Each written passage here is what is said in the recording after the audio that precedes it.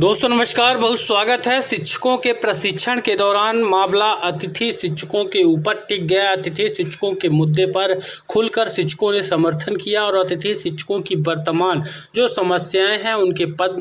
स्थायीकरण को लेकर, साथ ही उनके जो मानदेय है और साथ ही जो उनके द्वारा किए गए कार्य हैं उनके बारे में खुलकर चर्चा की गई है। यहाँ पर अतिथि शिक्षक भी उपस्थित थे, रेगुलर शिक्षक भी उपस्थित थे। हालांकि रेगुलर शिक्षकों का जो सहयोग है ज़्यादातर स्कूलों पर अतिथि शिक्षकों के साथ ही रहता है। कुछ ही ऐसे प्राचार्य होते हैं जो अतिथि शिक्षकों का शोषण करते हैं। इस पर हम विस्तृत वीडियो आपको दिखा रहे हैं, इसको ज़्यादा लाइक और शेयर करिए। जो कि अपने प्राणों का बलिदान भी दे चुके हैं, लेकिन इस सरकार को आज दिनांक तक कुछ भी समझ में नहीं आ रहा, ना कुछ दिख रहा है। तो हम लोग हर खिड़की, हर दरवाजा खटखटा चुके हैं, हर मंदिर, हर चौखट हम लोगों ने खटखटाई है, ताकि कहीं तो हो जहां की हमारी बात कोई सुन सके, जो हमारी बात ऊपर तक पहुंचा सके।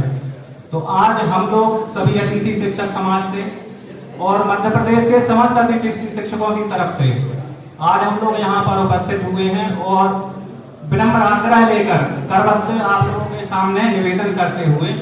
यहाँ पर खड़े हैं कि हम लोगों की जो मांगे हैं उनको पूरी करवाने के लिए जो भी प्रयत्न हो सके उसको करने की कृपा जरूर करें, क्योंकि आप लोग भी देख रहे हैं सभी नियमित शिक्षक जितने भी हैं, आपके स्कूल में भी निश्चित अतिथि शिक्षक होंगे और आसपास आप लोगों ने भी देखा होगा कि किस तरह से अतिथि शिक्षक को 10,000 बोलकर, अब तो ये अटेंडेंस लागू होगा तो 10,000 मिलना भी कठिन हो रहा है, क्योंकि कभी ना कभी पोर्टल नहीं चल रहा है, कहीं कोई परेशानी है, कभी लॉगिन नहीं हो रहा है, जिससे आप लोग भी 2-4 होंगे तो वो तो बताने की विशेष आवश्यकता हमें नहीं लगता कि आपको होगी। तो अब जो मिलने वाला 10,000 वेतन है वो भी मिलना सभी अतिथि शिक्षकों को कठिन हो रहा है और अप्रैल के बाद से आज दिनांक तक हमारे साथी इस बात को जरूर मानेंगे कि आज दिनांक तक 1 रुपए भी हम लोगों को नहीं प्राप्त हुआ है। अब इस तरीके से हम लोग कैसे घर चलाएं और क्या करें। बहुत सारे हमारे साथी हैं जो कि इस व्यवस्था से बाहर हो चुके हैं।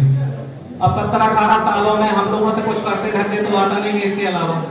अच्छे शिक्षक बनने में ही हम लोगों ने अपनी पूरी तरह से शक्तियों को लगा दिया, अपनी पूरी ऊर्जा हम लोगों ने खत्म कर दी जो हमारे स्कूल के बच्चे हैं उनका भविष्य बनाने में,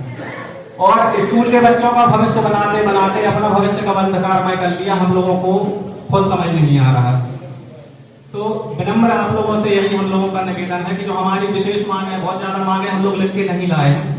क्योंकि होता क्या है 10-15 मांगे लिख के दे देते हैं तो सबसे कम महत्व वाली जो मांगे होती हैं उसको सरकार पूरी कर देती है और हम लोगों की जो मुख्य मांगे हैं वो रह जाती हैं। इसीलिए अब हम लोगों ने हमारी जो मेन मांग है वही मांगना हम लोगों ने शुरू कर दी है। तो जिसमें हमारी पहली मांग है कि हम लोगों को कम से कम 12 माह का वेतन दिया जाए और इसके साथ साथ 62 वर्ष का सेवाकाल अगर हम लोगों को प्राप्त हो जाए तो कम से कम हम लोगों को जो भी पैसा मिल रहा है, 10 मिल रहा है, 8 मिल रहा है, 7 मिल रहा है, लेकिन इतना हो जाए कि हम लोगों की आजीविका चलती रहे। तो 12 माह का वेतन और 62 वर्ष का सेवा काल, साथ ही जिस पद पर अतिथि शिक्षक है उस पद को रिक्त न माना जाए। अभी क्या हो रहा है, अतिथि शिक्षकों को कितने ही साल जो क्यों न किया हुआ उन्हें क्या होता है, जैसे ही कोई नियमित शिक्षक आता है तो उनको तुरंत प्रभाव से बाहर कर दिया जाता है। ये भी नहीं सोचा जाता कि जब जिन स्कूलों में कोई नियमित शिक्षक जाने तैयार नहीं था वहां पर उस समय अतिथि शिक्षकों ने व्यवस्था संभाली है। जो स्कूल बहुत पहले खत्म हो चुके होते उन्हें अतिथि शिक्षकों ने संभाला है और उन्हीं स्कूलों से आज उन्हें बिल्कुल बहुत ही बड़ी निर्दयता के साथ में बाहर किया जा रहा है। तो हम लोगों का यही है कि 12-62 हम लोगों को मिल जाए, साथ ही पद रिक्त न माना जाए। पहली मांग हम लोगों की ये है। दूसरी मांग ये है कि विभागीय परीक्षा लेकर हम लोगों के नियमितीकरण का रास्ता प्रशस्त किया जाए। विभागीय परीक्षा के लिए थोड़ा सा जल्दी किया जाए, क्योंकि विभागीय परीक्षा लेकर ही आप नियमित करते हैं और हम तो बोलते विभागीय परीक्षा नहीं लेना चाहते। आप कोई तो रास्ता निकालिए ना, कोई एक रास्ता तो ऐसा हो जबकि अतिथि शिक्षक नियमित हो सके, क्योंकि हम लोगों की बात जो होते अब सोचिए हम लोग बच्चे थे, आज हमारे बच्चे हो गए और बच्चे भी हमारे बड़े हो गए, लेकिन आज दिनांक तक हम लोगों को नियमितीकरण तो दूर पूरा आश्वासन ही मिलते जा रहा है। अब आप बताएं कि अगर जीवन चलाना हम लोगों का तो कैसे चलेगा, क्योंकि आज के समय में महंगाई के दौर में हम लोगों का जीवन यापन करना मुश्किल हो रहा। तो हम बोल रहे विभागीय परीक्षा ले सरकार, या कोई ऐसा रास्ता निकाल दे, कोई एक क्राइटेरिया तो तय करे। हमारा कहना यह है कि कोई पूरे एमपी में आप बता 72,000 से ज्यादा की शिक्षक एक समय में ज्वाइन रहे हैं, और टोटल अगर देखा जाए तो 1.5 लाख से ऊपर अतिथि शिक्षक अपनी सेवाएं दे चुके हैं, और बल्कि आंकड़ा अगर अच्छे से देखा जाए तो ऊपर ही निकलेगा, 1.5 लाख से कम नहीं निकलेगा। तो मैं पूछना ये चाहता हूं सरकार से, क्या सरकार की नजर में एक अतिथि भी ऐसा नहीं है जो उनकी सेवा शर्तों को पूरी करता हो? मैं बोलता हूं कोई एक अतिथि अगर सेवा शर्तों को पूरी करता है उसको आप नियमित करें, भूपेंद्र दुबे को नियमित ना करने चलेगा,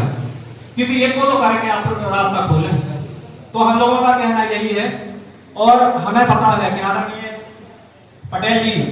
हम लोगों की बात माननीय शिक्षा मंत्री जी से और माननीय मुख्यमंत्री जी के सामने रखें कि भूतपूर्व पुराने समय में जो भी हम लोगों के संगठन की तरफ से या किसके तरफ से गलतियां हुई हैं, जो कि हम लोगों की बातें बिल्कुल भी नहीं सुनी जा रही, तो उनसे क्षमा मांगते हुए कम से कम हम लोगों की बात उन तक पहुंचाएं, क्योंकि हमें नहीं लगता है कि जितना शोषण आज के समय में अतिथि शिक्षकों का हो रहा है, कहीं पर मधुआ मजदूर का भी अगर ऐसा शोषण होता हो तो आप लोग खुद बताएं। वैसे तो आप लोग स्वयं शिक्षक हैं और कहते हैं कि गुरु को ज्ञान नहीं देना चाहिए, लेकिन हमारा करबद्ध निवेदन आप लोगों से करने में आया, मैं आपको ज्ञान देने नहीं आया हूं, क्योंकि अतिथि शिक्षकों की व्यथा से आप लोग अनभिज्ञ तो नहीं होंगे जहां तक हमें पता है, क्योंकि आपके शाला में भी अतिथि शिक्षक होगा। हम लोगों को अगर ये अटेंडेंस की ही बात कर ले तो आप बताएं ना, एक छुट्टी नहीं है उसमें। आप लोगों को भाई सौभाग्यशाली है कि आपको उसमें छूट मिल रही है, जो जैसा भी है, हम लोगों को एक छुट्टी भी नहीं है। अब हमारी कभी गाड़ी पंचर हो गई है, कभी हम नहीं स्कूल नहीं पहुंच पा रहे हैं, चलिए तो भी हमने मान लिया कि ये हमारे भाग्य का लेखा है, जो कि हमारे पुराने जन्म का पाप हम काट लेंगे, लेकिन किसी भी तरह से 12 62 और पदरिक्त न माना जाए वो तो दे सकते हैं, वो देने की कृपा जरूर करवाएं। और इसके साथ ही विभागीय परीक्षा लेकर अतिथि शिक्षकों को नियमित किया जाए, जो योग्य है उन्हें करते हैं, हम कह भूपेंद्र दुबे को ना करना चलेगा, कोई दिक्कत नहीं। इसके अलावा एक विशेष हम लोगों की मांग है कि जो हमारे बहुत सारे अतिथि जो उथल पुथल अभी बीच में मची थी, प्रमोशन हुआ, ट्रांसफर हुआ और सब कुछ हुआ, जो 15-15 सालों से 10-10 सालों से अपनी सेवाएं दे रहे थे, वहां पर नियमित शिक्षकों के पहुंचने से बेचारे बाहर हो गए हैं, तो उनको किसी भी तरह से व्यवस्था में अंदर लेकर, और जो नए अतिथि आए हैं भले उनकी जगह पर आप कर रहे हैं,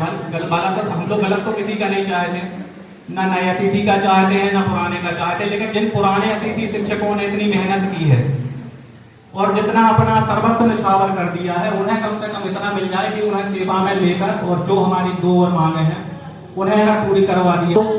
ये समझ लीजिए कि सर ईश्वर से बढ़कर हो जाएंगे हम लोगों के लिए। और